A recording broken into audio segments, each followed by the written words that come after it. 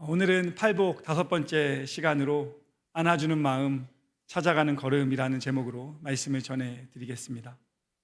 지난 4주간 살펴보았던 가난한 심령, 애통하는 마음, 온유한 마음, 의에 줄이고 목마른 마음은 나와 하나님과의 관계에 초점이 맞춰져 있습니다.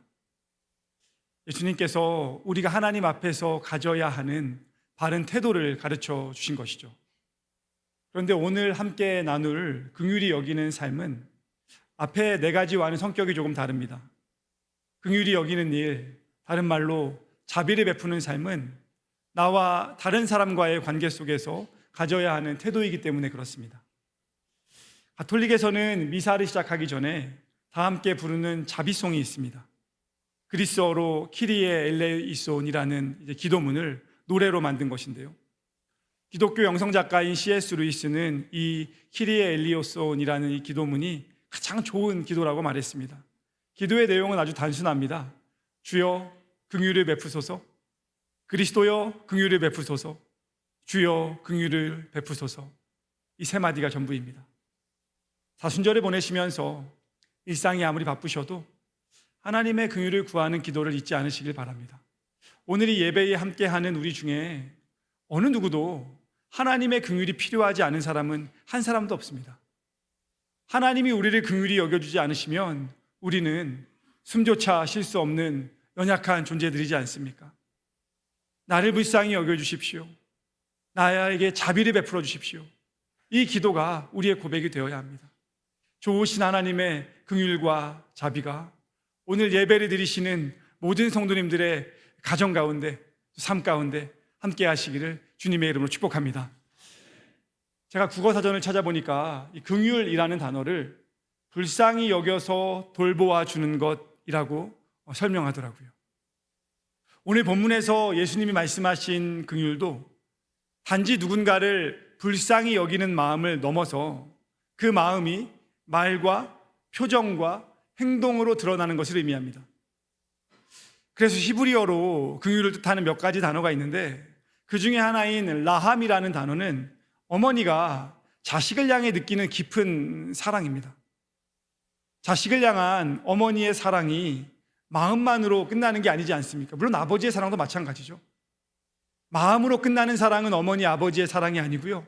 그 마음이 있기 때문에 내가 뭐라도 더 해주려고 하고 내가 뭐라도 도와주려고 하고 내가 어떻게든 힘이 되려고 하는 것이 아버지, 어머니의 사랑이죠. 이처럼 예수님이 가르치시는 긍휼은 단지 누군가에게 따뜻한 마음을 품는 것, 그 이상의 차원입니다. 한 사람을 향한 사랑과 동정의 마음이 커서 따뜻한 말과 적절한 행동과 때로는 과감한 나눔으로 자연스럽게 흘러나올 수밖에 없는 것이 긍휼입니다. 그래서 성경을 보면 예수님이 무리를 보시며 불쌍히 여기셨다는 표현이 많이 나오는데 예수님의 불쌍히 여김은 단순히 불쌍히 여김에서 그치지 않았고 불쌍해서 치유하시거나 불쌍해서 위로하시거나 불쌍해서 먹이시거나 돌보시는 행동으로 늘 이어졌습니다.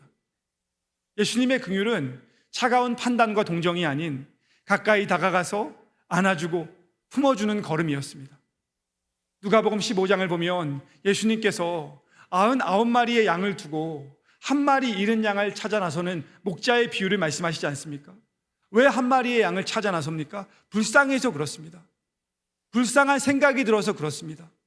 불쌍한 생각이 들었지만 99마리의 양이 더 소중하기 때문에 불쌍한 마음만 갖는 것이 아니라 불쌍해서 찾아가는 걸음이 긍휼인 것입니다.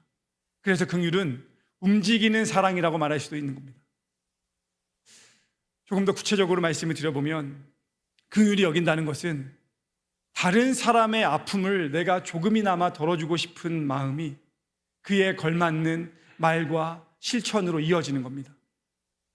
그래서 긍휼히 여김의 시작은 많은 경우에 다른 사람의 고통을 나의 고통으로, 다른 사람의 아픔을 나의 아픔으로 느끼고 공감하는 것입니다.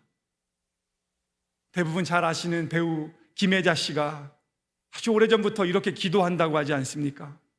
하나님의 마음을 아프게 하는 것들이 나에게도 고통이 되게 하소서. 실제로 하나님이 이 김혜자 씨의 기도에 응답을 해주셨더라고요.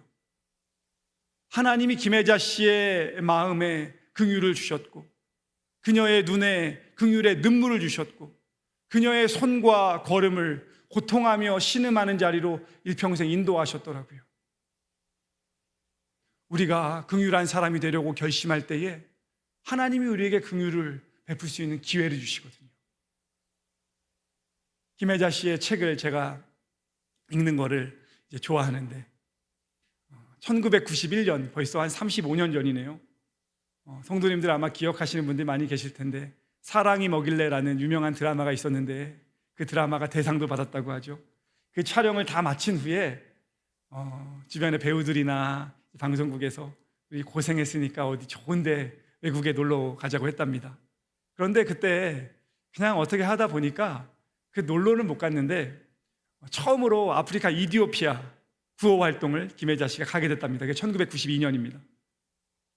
김혜자 씨의 삶은 그 이디오피아를 다녀온 이후부터 많이 변했습니다. 꽃으로도 때리지 말라는 책에 보면 이런 구절이 나옵니다. 1992년 아프리카에서 흘렸던 내 눈물만 모아도 이디오피아에는 가뭄이 없을 것이다. 그만큼 많이 아파하며 눈물을 흘린 것이죠. 그때부터 이 사람들을, 특별히 이 어린이들을, 굶주린 어린이들을 어떻게 도와야 될까를 늘 고민했고, 자신이 하나님의 은혜로 말미암아 갖게 된 부유한 삶을 그들을 위해 끊임없이 지속적으로 나누고 베푸는 데 사용했습니다. 본인의 이름을 딴 학교도 세웠고요. 그 학교는 가난하고 배고픈 친구들이 누구나 와서 맛있는 걸 배부르게 먹을 수 있는 학교가 되었다고 합니다. 이디오피아에 다녀온 뒤에 또 얼마 지나지 않아서 서아프리카 시에라리온을 방문하게 됐을 때에는 처음으로 5살도 안 된 아이들이 옥수수 몇 톨을 얻기 위해서 다이아몬드 채굴장에 나가 비인간적인 대우를 받으며 일하는 모습을 보았답니다.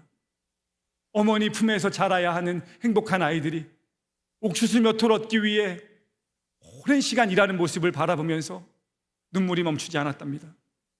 그 한국으로 돌아온 김혜자 씨는 자신이 가지고 있던 다이아몬드를 다 처분했다고 합니다. 그때부터 지금까지 자신의 인생의 다이아몬드는 없답니다. 아프리카 어린아이들의 피와 땀과 눈물이 묻어있는 그 다이아몬드를 도저히 내 몸에 지닐 수 없어서 그랬답니다. 긍휼한 마음이 생긴 것이죠. 이처럼 긍휼이라는 것은 단순한 표현 같지만 우리의 마음과 결심과 말과 행동 모두가 필요한 아주 복합적인 실천입니다.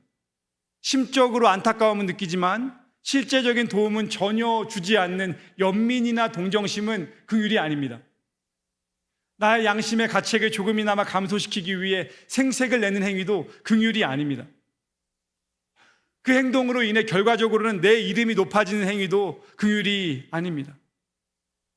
예수님 말씀하셨습니다. 긍휼히 여기는 자는 복이 있나니 그들이 긍휼히 여김을 받을 것이며. 어떤 성도님들은 긍휼히 여기지 않는 삶을 살면서 내가 긍휼히 여김을 받기를 원하시는 분들이 계십니다. 사실 그분의 일상이나 삶은 긍휼히 여기는 마음이 아니라 단순히 그냥 불쌍한 마음, 동정하는 마음, 어쩔 수 없지만 그냥 한번 아파해 주는 마음, 거기서 그치는 경우가 많은데 긍휼은 그 이상으로 넘어가야 긍휼인 것입니다. 중요한 것은 긍휼은 억지로 하는 게 아닙니다. 어쩔 수 없이 긍휼을 베푸는 것도 아닙니다. 부득이하게 실천하는 것도 긍휼이 아닙니다.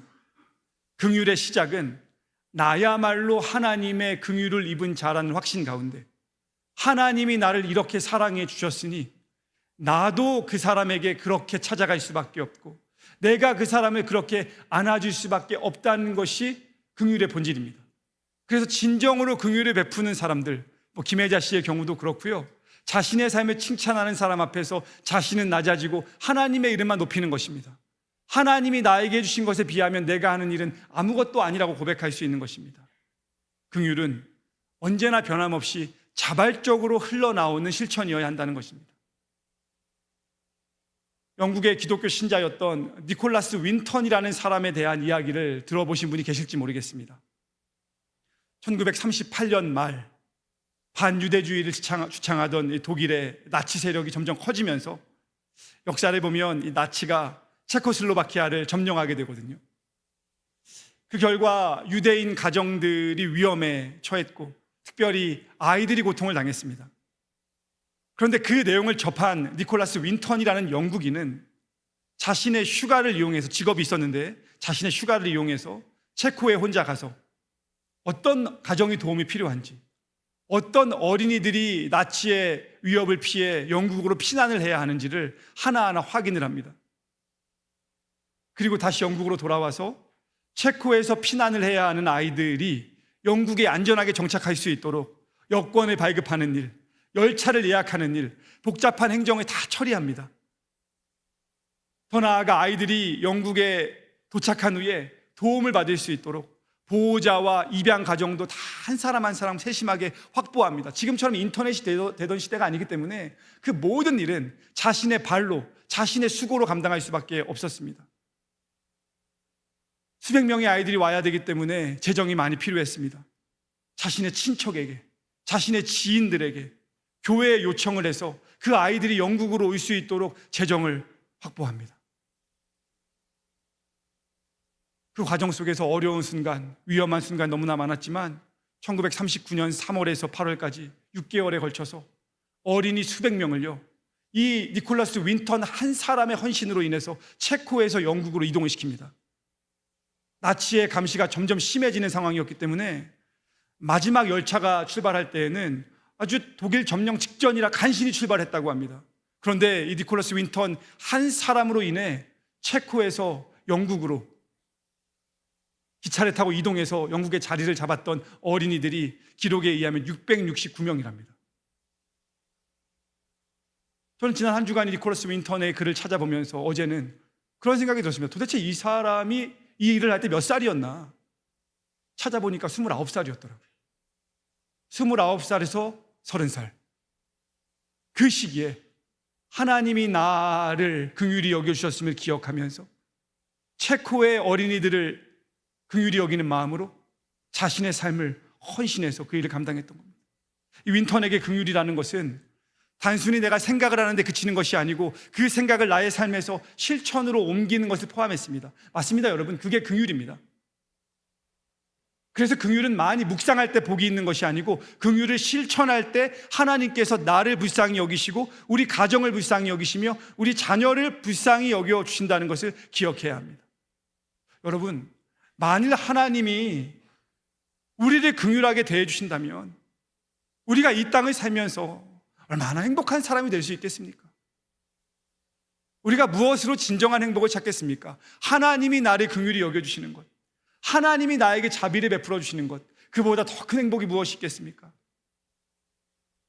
사랑하는 성도 여러분, 주님 안에서 정말 행복한 삶을 원하신다면 긍휼을 베푸는 삶이 되시기를 주님의 이름으로 축복합니다. 하나님께 우리 가정이, 우리 자녀들이 긍휼을 입는 가정이 되고 자녀가 되기 원하신다면 지금 나에게 기회가 있을 때마다 하나님을 사랑하는 마음으로 긍휼을 베푸는 사람이 되어야 합니다.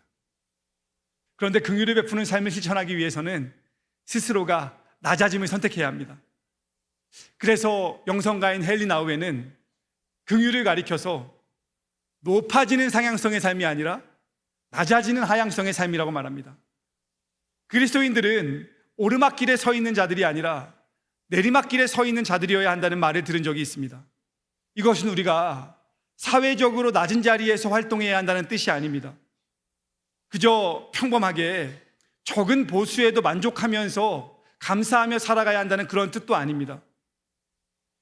저는 우리 예일교회에서 예배하는 성도님들이 최선을 다해 애쓰고 힘쓰고 노력하는 가운데에 정말 감당하실 수 있는 높은 자리에도 올라가시면 좋겠고요, 하나님이 은혜 주셔서 재물의 축복도 받으시면 좋겠고, 여러분들이 하나님께 바라는 여러 가지 소원들도 이루어지는 응답도 있으면 좋겠고, 여러분의 자녀들에게도 그런 일이 있으면 좋겠습니다. 다만 긍휼이라는 것은 우리가 어디서 무슨 일을 하든지 나보다 상황이 어려운 사람의 처지를 헤아릴 줄 아는 마음, 힘이 들고 괴로워하는 사람을 위로할 줄 아는 것, 상처받거나 마음이 아픈 사람의 현실을 공감할 줄 알아야 한다는 것입니다. 사회적으로 높은 자리에 올라가서는 안 된다는 뜻이 아니고, 행여내가 그 자리에 있더라도 오르막길을 계속 바라보는 것이 아니라 그 자리에서 내리막길을 바라보면서 사람들의 삶을 헤아릴 줄 아는 마음을 가져야 한다는 것입니다. 제가 영국에 있을 때 1년에 한 번씩 런던에 있는 대사관 직원들이 영국 전역을 돌면서 한국 사람들의 민원 업무를 처리해 주는 시간이 있습니다. 1년에 한 번 있습니다. 지역마다 도는 겁니다. 뭐 운전면허증 발급도 해주고요, 갱신도 해주고요. 그럴 때마다 그 지역에 오면 간담회를 열어서 그 지역에 사는 한인들의 의견을 청취하는데요, 저는 그 지역의 한인교회, 유일한 한인교회에 담당하는 목사였기 때문에 몇 명 모이지 않는 자리지만 늘 그 자리에 대표로 가서 맛있는 음식을 늘 얻어 먹었습니다. 사주시거든요, 맛있는 음식을요. 근데 마지막 이제 영국에서 오기 전 해에 이 영사 간담회를 하고 맛있는 음식을 얻어 먹고, 그리고 이런저런 이야기를 잘하고 식당 밖으로 나와서 인사를 할 때 런던에서 오신 영사님하고 이렇게 인사를 하는데, 그분이 저한테 이런 말씀을 하시더라고요. 목사님, 남은 공부 잘 마치시고 한국에 돌아가셔서 영전하시기 바랍니다 그러시더라고요. 저 진짜 살면서 저한테 영전하라고 하신 분 그때 처음 들어봤어요. 그분 교인 아니셨거든요. 집에 돌아와서 사전을 찾아보니까 영전은 전보다 더 좋은 자리나 직위로 옮기는 게 영전이더라고요. 사회생활 하시면서 많이 들어보셨겠죠. 여러분, 목회자에게 더 좋은 자리는 어디일까요? 제가 예일교회의 담임 목사가 되었으니 이전과 비교해서 영전을 한 것입니까? 뭐 그렇게 보는 분들도 계시겠지만, 여러분, 그리스도인에게 영전이라는 것은 없습니다. 그리스도인은 주어진 모든 자리를 하나님의 은혜로 알고 그 자리에서 내가 베풀 수 있는 최선의 긍휼을 베풀기 위해서 힘을 쓰는 사람들입니다. 제가 이 교회에서 감당해야 하는 일은 할 수만 있다면 더 많은 성도님들이 긍휼히 여기고, 할 수만 있다면 더 자비를 베푸는 삶이라고 제가 늘 기억을 하며 살아갑니다. 하향성의 삶이라는 것은 말로는 멋있어 보이지만 생각처럼 쉬운 일이 아닙니다. 누구나 자신의 삶을 마무리할 때 내가 그런 삶을 살았던 사람으로 기억되고 싶어 하시지만, 그것이 현재의 나의 삶이 되는 것은 얼마나 어려운 일인지 모릅니다. 한두 번 누군가에게 선행을 베푸는 삶은 얼마든지 시도해 볼 수 있겠지만, 반복적으로 베푸는 삶, 언제 끝날지 모르고 지속적으로 베풀어야 하는 삶은 결코 쉬운 일이 아닙니다. 그런데 예수님은 하향성의 삶이 무엇인지를 몸소 우리에게 보여주신 분이시기 때문에 내가 그 일을 감당하려고 하면 힘들지만 예수님을 바라볼 때 그 일이 가능한 겁니다. 빌립보서 2장에 이런 말씀이 있습니다. 자기를 비어 종의 형체를 가져 사람들과 같이 되었고 사람의 모양으로 나타나셨음에 자기를 낮추셨다. 이것은 예수님의 긍휼을 잘 보여주는 장면입니다. 능력이 많으시고 힘이 있으신 예수님께서 하늘의 보좌를 버리시고 이 낮은 땅으로 하향하셔서 약한 자, 병든 자, 가난한 자, 버림받은 자, 외로운 자들 곁으로 오시지 않았습니까? 그들과 함께 하시면서 긍휼을 베풀어 주실 때에 생명이 살아났고 기쁨이 회복되었습니다. 그래서 성도로 살아간다는 것은 쉽지 않은 그 긍휼의 길을 한 번 더 선택하고, 내 힘으로는 잘 감당되지 않지만 예수님을 바라보면서 다시 걸어가는 사람들입니다. 여러분, 긍휼은 참 놀라운 능력이 있습니다. 오늘 말씀처럼 긍휼히 여기는 자는 복이 있나니 그들이 긍휼히 여김을 받는다고 말씀하셨는데, 여기서 긍휼히 여김을 받는다는 것은 어느 날 내가 죽고 나서 언젠가 하늘나라에서 천국에서 받게 될 긍휼히 여김이 아니라, 이 긍휼의 복의 능력은 내가 이 땅을 살아가는 동안 현실에서 누릴 수 있는 하나님의 축복이기 때문에 그렇습니다.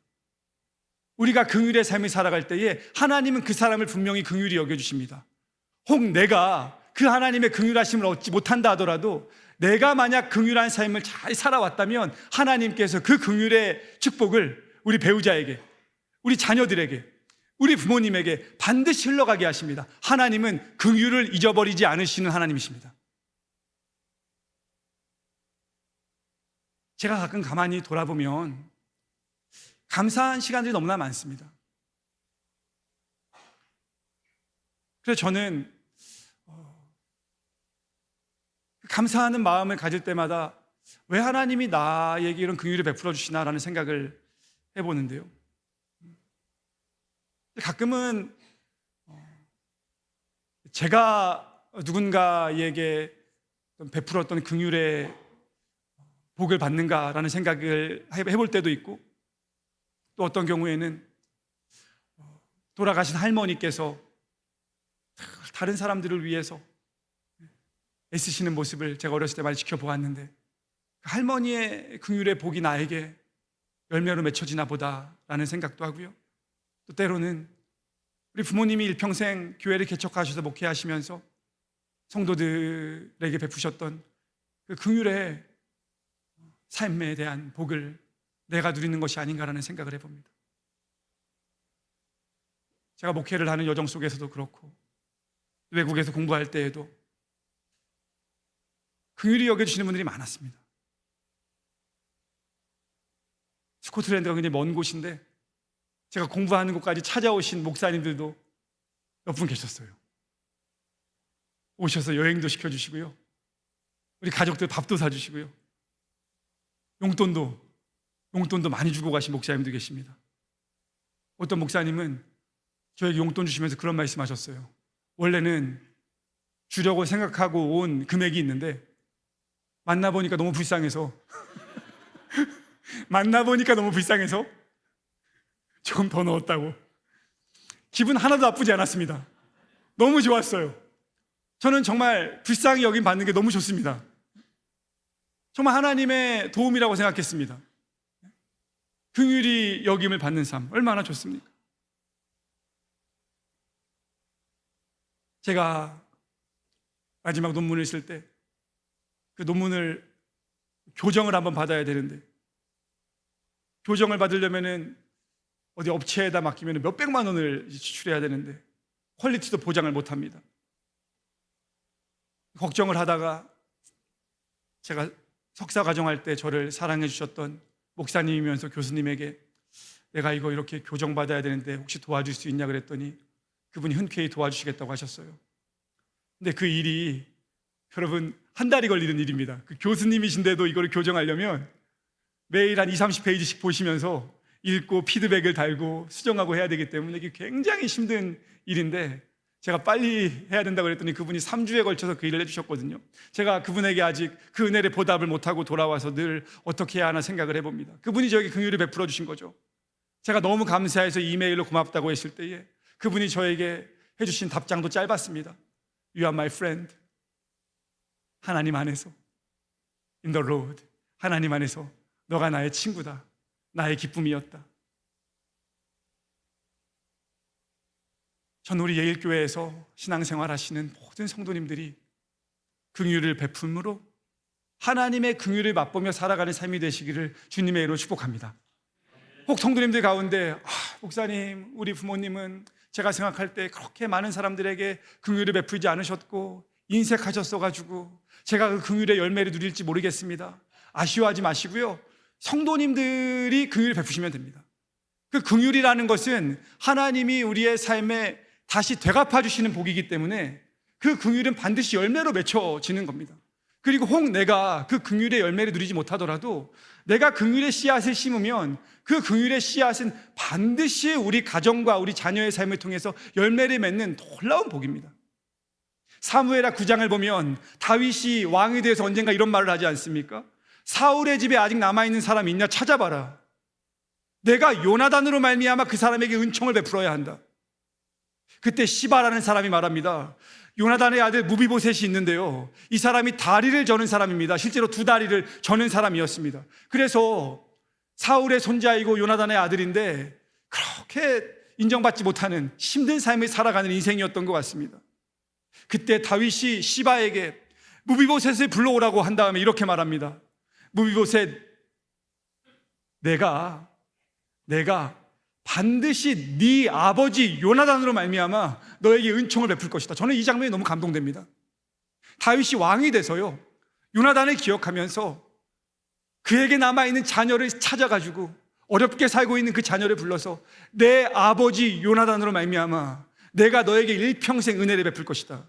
그 후에 무비보셋은 왕자 중에 한 사람처럼 왕의 식탁에서 음식을 먹는데, 무비보셋만 그렇게 되는 것이 아니라 그를 옆에서 돕는 시바와 시바의 모든 가족과 일꾼들이 그 무비보셋이 긍휼을 입는 것으로 인하여 덩달아 긍휼을 입게 된다는 것입니다. 다윗의 긍휼을 경험한 무비보셋이 자신의 존재를 가리켜서 여러분 뭐라고 말하는지 아십니까? 이렇게 말합니다. 내가 무엇이기에 왕께서 죽은 개 같은 나를 돌보십니까? 성경에 이렇게 나오거든요. 그러니까 무비보셋은 자신의 인생을 가리켜서 죽은 개만도 못한 인생이라고 생각했는데, 하나님이 긍휼을 베푸실 때에 다윗을 사랑했던 좋은 친구 요나단으로 말미암아 그 무비보셋에게 가장 최고의 긍휼을 베풀어 준다는 것입니다. 긍휼은 능력이 있는 겁니다. 긍휼은 힘이 있는 겁니다. 긍휼은 살아 움직이는 생명입니다. 저는 우리 예일교회 모든 성도님들이 긍휼을 베푸시고 하나님께 긍휼을 입는 삶이 되시기를 주님의 이름으로 축복합니다. 하지만 기억해야 할 것은 우리가 긍휼을 베풀지 아니하면 나도 하나님께 긍휼을 얻지 못합니다. 그래서 긍휼히 여기지 않는 사람은 불행한 사람입니다. 저는 우리 모두 행복한 사람 되어야 한다고 생각합니다. 앞에서 소개해드렸던 니콜라스 윈턴이요, 너무 겸손하고 조용한 사람이어서 자기가 669명의 어린아이들을 체코에서 영국으로 새로운 삶을 살게 했는데, 겸손하고 조용한 신자여서 이 일을 가족들한테도 알리지 않고 자녀들에게도 알리지 않고 주변 사람들에게 소문을 안 낸 거예요. 40년이 넘게 지나서 어느 날 니콜라스 윈턴의 아내가 남편의 방을 정리하다가 남편의 서랍에서 이상한 자료를 발견합니다. 보니까 체코 어린이들의 이름이 쭉 상세하게 적혀 있고 가정 환경이 적혀 있고 너무 복잡한 글들이 많이 적혀 있는 것을 보고 이게 어떻게 된 건가 이야기를 하다가 이거를 BBC에다가 제보를 해요.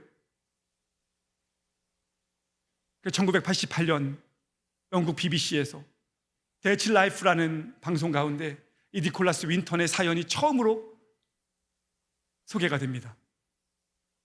50여 년이 지난 일입니다. 나중에 관심 있으신 분들은 집에 가셔서 유튜브에다가 니콜라스 윈턴 치시면 그 감동적인 장면 보실 거예요. 이 니콜라스 윈턴은요, 그냥 평범하게 인터뷰를 한다고 생각하고 방송국에 갔습니다. 그리고 관객석에 앉아 있어요.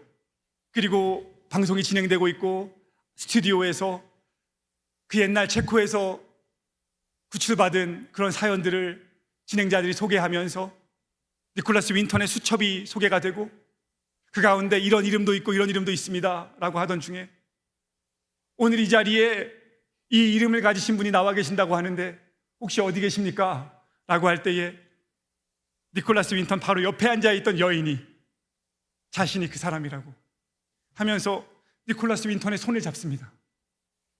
그때 그 조용하고 겸손한 니콜라스 윈턴이 눈물을 닦습니다. 그러면 사회자가 말합니다. 니콜라스 윈턴 때문에 새로운 삶을 살게 되신 분이 한 분 더 이 자리에 나와 계신다고 하는데 어디 계십니까? 이름을 불렀을 때 오른쪽에 앉아있던 여인이 니콜라스 윈턴의 손을 잡으면서 제가 그때 당신이 구해줬던 그 사람입니다. 이 노 신사가 어쩔 줄 몰라 하는 표정이 전 세계 사람들에게 감동으로 다가갑니다. 그때 스튜디오에서 사회자가 이렇게 말합니다. 혹시 이 두 분 외에도 50년 전 니콜라스 윈턴으로 인해서 체코에서 영국으로 기차를 타고 왔던 어린이들 계시다면 한번 자리에서 일어나 보시기 바랍니다. 그때 그 관객석에 앉아있던 100여 명의 사람들이 다 일어납니다. 니콜라스 윈턴이 뒤를 돌아보면서 어쩔 줄 몰라 합니다. 그리고는 방송을 마치고 한 사람 한 사람을 안아주면서 감격에 겨워하는 그 노신사의 모습이 전 세계 많은 사람들에게 감동이 되었고 영국 BBC에서도 그 장면이 그 BBC의 역사상 정말 기억에 남는 아름다운 장면이라고 소개를 합니다. 이 장면은 한 청년의 긍휼한 마음과 용기가 얼마나 많은 사람들의 삶에 영향을 미칠 수 있는가를 실감하게 하는 장면이었습니다. 여러분, 헨리 나우에는요, 긍휼의 힘이 있다고 말했습니다. 그 힘은 사람의 생명의 의지를 불어일으키는 힘입니다. 긍휼을 베풀 때에 참 이상하게 긍휼을 베푸는 사람의 생명이 더 힘차게 일어나고, 긍휼을 입는 사람은 상처가 치유되고 깨지고 상한 것이 회복되며 삶의 회복을 경험하는 힘을 얻게 된다는 것입니다. 그래서 결과적으로 이 긍휼이라는 것은 신비한 능력이 있어서 베푸는 사람이나 긍휼을 받는 사람 모두에게 생명의 의지가 일어나게 하는 것입니다. 그래서 긍휼은 생명의 근원이 되는 겁니다. 제가 부목사로 있을 때 담임 목사님이 긍휼에 대한 설교를 하시면서 이런 표현을 자주 하셨는데 제가 늘 기억합니다. 이렇게 말씀하셨습니다. 긍휼은 실패가 없는 약이다. 긍휼은 실패가 없는 약이다. 말씀을 마칩니다. 사랑하는 성도 여러분, 긍휼은 예수님의 마음입니다. 예수님께서 자기를 비우시고 사람과 같이 되셔서 시험을 당하시고 끝까지 우리를 도우신 것이 긍휼의 시작입니다. 인간의 몸으로 세상에 오셔서 현실의 고통과 슬픔과 심지어 죽음까지도 모두 다 경험하셨고, 마지막에는 우리를 위해서 성령을 보내주시지 않았습니까? 저는 그 일이 너무나 감동적입니다. 예수님께서 부활하시고 승천하신 후에 하나님과 함께 우리에게 성령을 보내주신다는 것은 우리의 삶에 평생의 AS를 약속하신 겁니다. 우리가 아무리 힘들고 어렵고 답답하고 고난당해도 하나님이 함께 하신다고, 하나님이 위로해 주신다고, 하나님이 우리를 도와주신다고, 우리를 세워주시겠다고, 우리의 길을 인도하시겠다고 약속하신 겁니다. 이처럼 영원히 우리와 함께 하시는 예수 그리스도의 마음이 곧 긍휼입니다. 사랑하는 성도 여러분, 긍휼은 결심하는 겁니다. 긍휼하게 살겠다고 하나님께 도움을 구하는 것을 넘어서서 내가 긍휼한 사람이 되겠습니다라고 결심하는 거예요. 믿음 생활 하시는 동안 다른 사람을 더 긍휼히 여기는 성도가 되셔서 하나님께 긍휼히 여김을 받으시고 하나님 안에서 진정한 행복을 누리며 살아가시는 삶이 되시고 가정이 되시고 자녀들이 되시기를 주님의 이름으로 축복합니다. 우리 함께 찬양하겠습니다.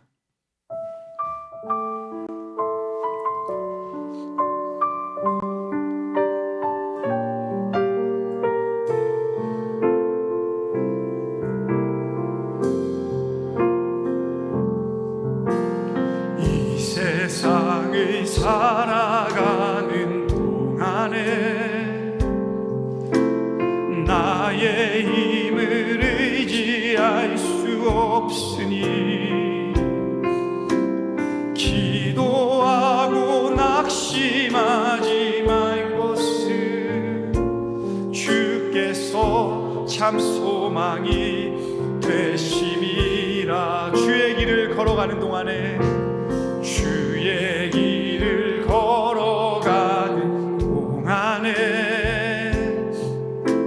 세상에 것 의지할 수 없으니 감사하고 낙심하지 말 것은 주께서 참 기쁨이 되심이라. 하나님의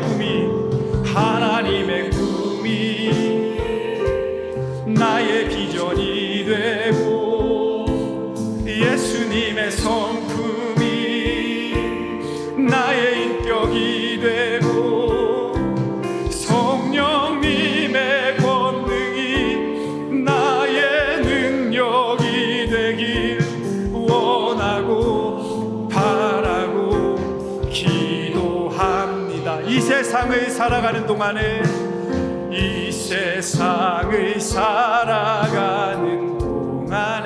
나의 힘을 의지할 수 없으나 나의 힘을 의지할 수 없으니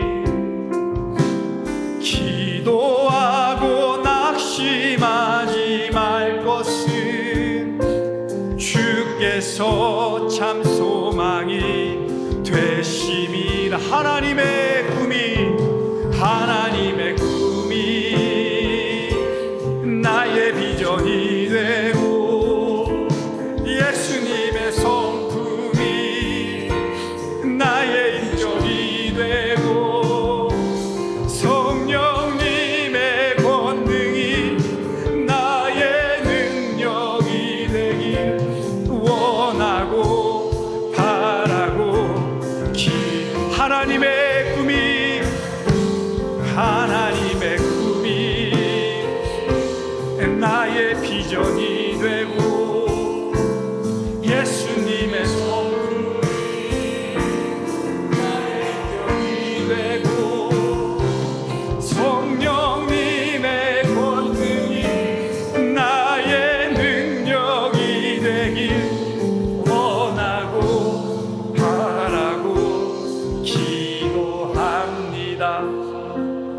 여러분, 저는 오늘 우리가 부르는 이 찬양이 한 번 더 앞으로 나아가야 긍휼과 어울린다고 생각을 합니다.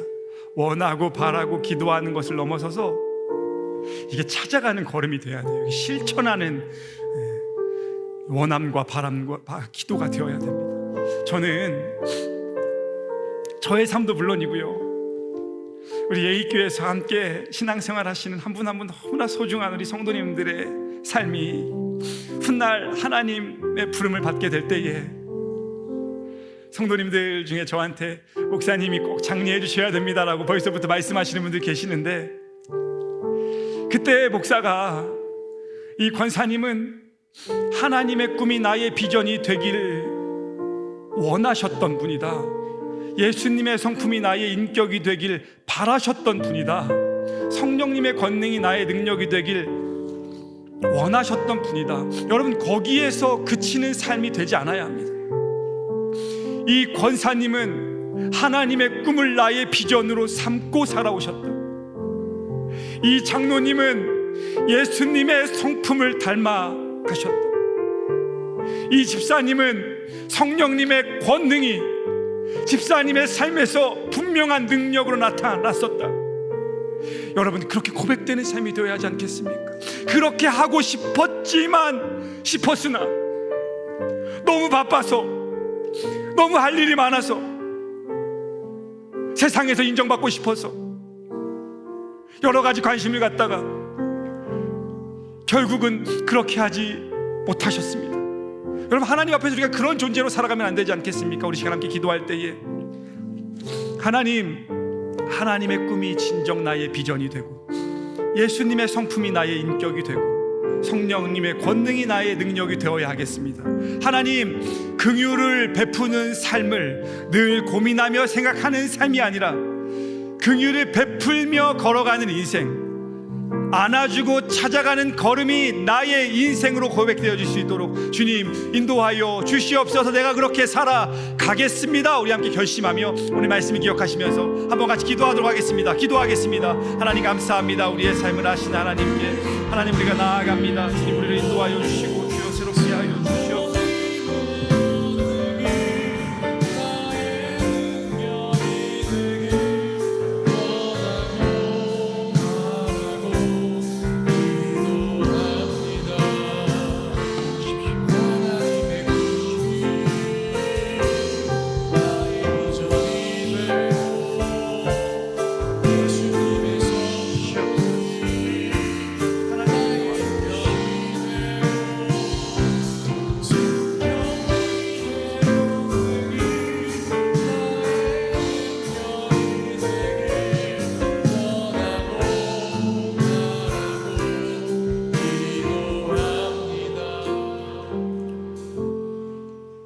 사랑이 많으신 하나님, 오늘 이 예배에 함께하는 성도님들 한 분 한 분의 마음 가운데 찾아가셔서 하나님, 우리를 긍휼히 여겨 주시옵소서.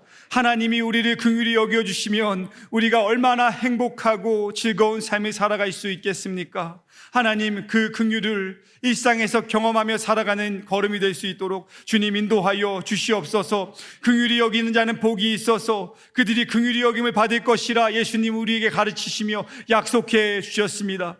예일교회에서 신앙생활하는 성도님들은 어느 누구도 한 분도 예외 없이 긍휼의 복을 누리며 살아갈 수 있도록 주님 인도하여 주시옵소서. 나의 긍휼이 우리 가정 가운데 하나님의 긍휼로 경험되어지고, 내가 베푸는 긍휼이 우리 자녀들의 삶 속에 열매 맺히는 하나님의 긍휼 입음이 될 수 있도록 주님 인도하여 주시옵소서. 하나님, 오늘 예배 가운데 마음이 상한 자들, 육신의 고통으로 힘들어하는 자들이 있으십니까?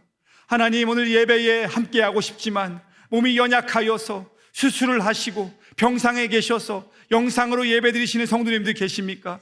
하나님, 찾아가셔서 위로하여 주시고 하나님의 긍휼과 자비로 함께하여 주시옵소서. 하나님, 여러 가지 기도의 제목을 가지고 하나님 앞에 도움을 구하는 일이 있습니까? 하나님, 성도들의 마음 가운데, 인생 가운데 찾아가셔서 하나님의 긍휼과 자비를 베풀어 주시옵소서. 하나님, 오늘 예배를 마치고 돌아가서 한 주를 살아갈 때에 긍휼을 베푸는 자가 되겠다고 생각하는 것이 아니라 기회가 있을 때마다 찾아가는 걸음이 우리의 걸음 되어서 긍휼을 베푸는 인생 될 수 있게 주님 도와주시옵소서. 오늘 주님 앞에 예물 드리는 손길도 주님께서 기억하여 주시고 이 예물과 함께 하나님을 향한 마음, 하나님을 갈망하는 삶, 하나님의 뜻을 따라 걸어가기 원하는 소망 주님께서 받아주시고 성도들의 기도의 제목이 각 가정과 사업과 일터와 자녀들의 인생 가운데 응답되는 기쁨이 있게 주님 인도하여 주시옵소서. 우리를 사랑하시는 예수 그리스도의 이름으로 기도드립니다. 아멘.